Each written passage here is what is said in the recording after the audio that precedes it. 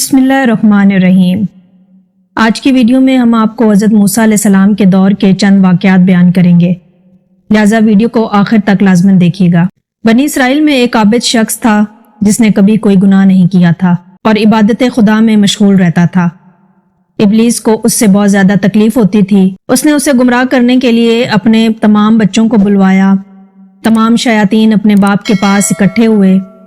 ابلیس نے کہا کہ تم میں سے کون ہے جو فلاں عابد کو گمراہ کر سکتا ہے کہ اس کی بے گناہی نے مجھے بے حد تنگ کیا ہے۔ ہر کسی نے اپنے حساب سے کہا۔ ان میں سے ایک نے کہا کہ میں اسے عورتوں کے حوالے سے گمراہ کروں گا۔ ابلیس نے کہا تمہارا یہ حربہ بیکار ہے کیونکہ وہ عورتوں کے فریب میں نہیں آتا۔ دوسرے نے کہا کہ میں اسے شراب اور دیگر نشہ آور مشروبات سے گمراہ کروں گا۔ ابلیس نے کہا کہ اس کا بھی کوئی فائدہ نہیں ہے کیونکہ وہ دنیا کی لذتوں سے دھوکہ کھانے والا نہیں ہے۔ تیسرے نے کہا کہ میں اسے گمراہ کر سکتا ہوں۔ ابلیس نے کہا کہ کیسے؟ اس نے کہا کہ عبادت کے ذریعے۔ ابلیس نے کہا تمہاری یہ تجویز بہت اچھی ہے، لہٰذا اس پر عمل کرو۔ وہ شیطان انسانی شکل میں اس عابد کی عبادت گاہ میں داخل ہوا، اس کے سامنے کھڑے ہو کر نماز و عبادت میں مشغول ہو گیا اور روز و شب بغیر کسی وقفے کے عبادت کرتا رہا۔ عابد نے تعجب کرتے ہوئے اپنے آپ سے کہا یہ نئے آنے والا عابد کس قدر عبادت کی توفیقات سے سرشار ہے۔ اس نے شیطان سے سوال کیا لیکن شیطان اس کی پرواہ کیے بغیر عبادت میں مشغول رہا۔ بات یہاں تک پہنچ گئی کہ اس عابد نے کئی بار کہا اے بندہ خدا مجھے بھی بتاؤ کہ وہ کون سا عمل ہے کہ جس کی وجہ سے تم اس قدر عبادت گزاری کر رہے ہو۔ آخرکار شیطان نے عابد سے کہا کہ میں ایک ایسے گناہ کا مرتکب ہوا ہوں کہ مجھے جب بھی وہ یاد آتا ہے اس کے خوف سے میرے اندر عبادت کرنے کا شوق پیدا ہو جاتا ہے تاکہ اپنی عبادت کے ذریعے اس گناہ کا ازالہ کروں اور اسے اپنی زندگی سے مکمل طور پر باہر نکال دوں۔ عابد نے پوچھا کہ وہ گناہ کون سا تھا؟ مجھے بھی بتاؤ تاکہ میں بھی اسے انجام دوں اور پھر توبہ کروں اور عبادت کرنے کے لیے زیادہ توفیق حاصل کر سکوں۔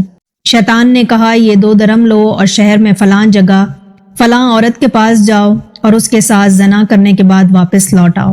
وہ جاہل عابد شہر میں گیا اور لوگوں سے اس فحاشہ کا پتہ پوچھا۔ لوگوں نے اسے پتہ بتا دیا اور اپنے آپ سے کہا یقیناً یہ عابد شخص اس فحاشہ عورت کو واضح نصیحت کرنا چاہتا ہے۔ عابد اس عورت کے گھر کی طرف روانہ ہوا۔ اجازت لینے کے بعد اس کے گھر میں داخل ہوا۔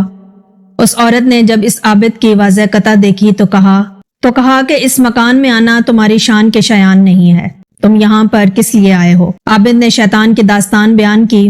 اس عورت نے کہا کہ اے بندہ خدا، پہلی بات تو یہ ہے کہ توبہ کا بہترین اور مناسب ترین راستہ ترک گناہ ہے، اور دوسرا کہاں سے معلوم ہے کہ جو کوئی توبہ کرتا ہے اور اس کی توبہ قبول ہو جاتی ہے؟ یہ بات کان کھول کر سن لو کہ جس کسی نے تمہیں اس راستے پر چلایا ہے وہ شیطان ہے جو تمہیں اس طرح فریب دینا چاہتا ہے۔ اب اپنی عبادت گاہ میں واپس جا کر دیکھو، وہ وہاں پر نہیں ہے۔ وہ عابد جب اپنی عبادت گاہ میں واپس آیا تو وہاں شیطان عابد کا نام و نشان تک نہیں تھا۔ وہ عورت اسی رات دنیا سے چل بسی۔ اگلی صبح لوگوں نے اس کے دروازے پر یہ جملہ لکھا ہوا دیکھا، اس عورت کے جنازے میں حاضر ہو کہ وہ ایک جنتی ہے۔ لوگ شک میں پڑ گئے کہ یہ جملہ اس عورت کے حال و شان کے مناسب نہیں ہے۔ اس واقعے کو 3 دن گزرنے کے بعد اللہ تعالیٰ نے حضرت موسیٰ علیہ السلام پر وحی نازل کی کہ اس عورت کے جنازے میں شامل ہو اور اس کی نماز جنازہ پڑھیں اور لوگوں کو شامل ہونے کا حکم دے، کیونکہ میں نے اسے بخش دیا ہے اور اس پر بہشت واضح کر دی ہے، کیونکہ اس نے میرے نیک بندے کو گناہ کرنے سے بچایا ہے۔ حضرت موسیٰ علیہ السلام نے فرمان خدا پر عمل کیا، بس گناہوں میں غرق ایک عورت، امر بالمعروف اور نہی عن المنکر اور ایک انسان کو گناہ سے بچانے کی وجہ سے اس طرح رحمت الہی کی مستحق قرار پائی کہ اللہ تعالیٰ نے اسے ایک بہشت میں سے قرار دیا۔ حضرت موسیٰ علیہ السلام کو حکم دیا کہ وہ لوگوں کے ہمراہ اس کے جنازے میں شریک ہوں اور عزت و احترام سے اس کا جنازہ اٹھائیں اور سپرد خاک کر دیں۔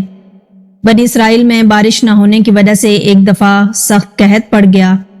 لوگ حضرت موسیٰ علیہ السلام کے دربار میں حاضر ہوئے اور کہا کہ یا کلیم اللہ، آپ اللہ تعالیٰ سے دعا کیجئے کہ اللہ تعالیٰ ہم پر رحم فرمائے اور ہمارے لیے بارش نازل فرمائے۔ اس طرح حضرت موسیٰ علیہ السلام اپنی قوم کے بیشتر لوگوں کو ساتھ لے کر بستی کے باہر دعا کرنے کے لیے تشریف لے گئے اور حضرت موسیٰ علیہ السلام نے اس جگہ پہنچ کر دعا کرنا شروع کر دی کہ اے پروردگار، ہم پر رحم فرمائیے اور ہم پر رحمتوں کی بارش نازل فرمائے۔ ادھر آپ کا دعا کرنا تھا اور ادھر سورج کی تپش مزید بڑھ گئی دور دور تک بادلوں کا کوئی پتہ نہیں تھا۔ یہ دیکھ کر حضرت موسیٰ علیہ السلام کو بڑا تعجب ہوا اور آپ علیہ السلام نے اللہ تعالیٰ سے دعا قبول نہ ہونے کی وجہ دریافت کی تو اللہ تعالیٰ نے حضرت موسیٰ علیہ السلام کی طرف وحی نازل کی اور فرمایا، اے موسیٰ، اس مجمع میں ایک شخص ایسا ہے 40 سالوں سے میری نافرمانی کر رہا ہے۔ اے موسیٰ، آپ لوگوں میں اعلان کر دیں کہ وہ شخص مجمع سے نکل جائے، کیونکہ اسی شخص کی وجہ سے بارش رکی ہوئی ہے، اور جب تک وہ شخص مجمع سے باہر نہ نکلے گا تب تک بارش نہیں ہوگی۔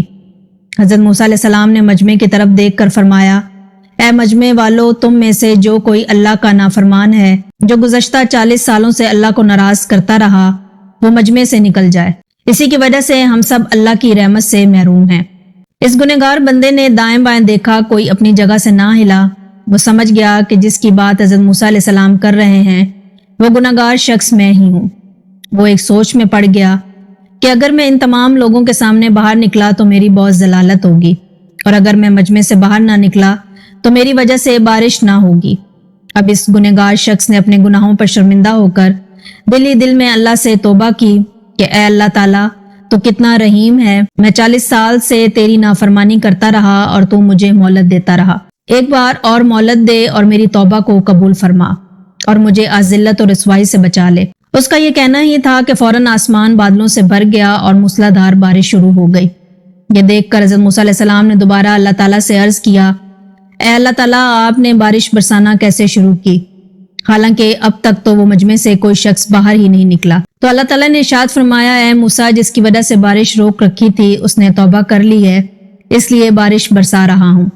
حضرت موسیٰ علیہ السلام نے فرمایا، یا اللہ، مجھے اس شخص سے ملا دے تاکہ میں اس کا دیدار کر سکوں۔ اللہ نے فرمایا، میں نے اس وقت اس کا پردہ رکھا جب وہ نافرمان تھا، اب میں کیسے اسے شرمندہ کروں جبکہ وہ میرا فرما بردار بن گیا ہے۔ یہ حضرت موسیٰ علیہ السلام کی نبوت کا واقعہ ہے۔ اس واقعے کا مفہوم یہاں پیش کرتے ہیں۔ واقعہ کچھ اس طرح ہے کہ ایک بار حضرت موسیٰ علیہ السلام اللہ تعالیٰ سے کلام ہونے کے لیے جا رہے تھے تو راستے میں انہیں ایک شخص ملا جو کہ مالی حیثیت سے بہت ہی زیادہ تنگ دست تھا۔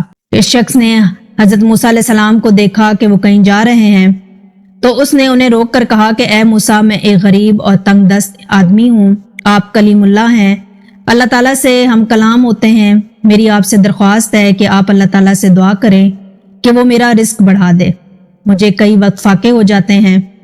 حضرت موسیٰ علیہ السلام جب اللہ تعالیٰ سے ہم کلام ہوئے تو بارگاہ خداوندی میں اس کی درخواست پیش کی، جس کے جواب میں انہیں بتایا گیا کہ اس آدمی کی قسمت میں قلیل روزی ہے، اسی لیے ہمارے ہاں سے تھوڑا تھوڑا کر کے اسے روز دیا جاتا ہے تاکہ آخر تک ملتا رہے۔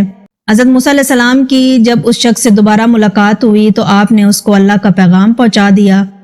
اس شخص کو جب یہ بات معلوم ہوئی تو وہ بولا کہ اللہ سے درخواست کریں کہ میری قسمت کا سارا رزق ایک ہی بار میں دلوا دیں۔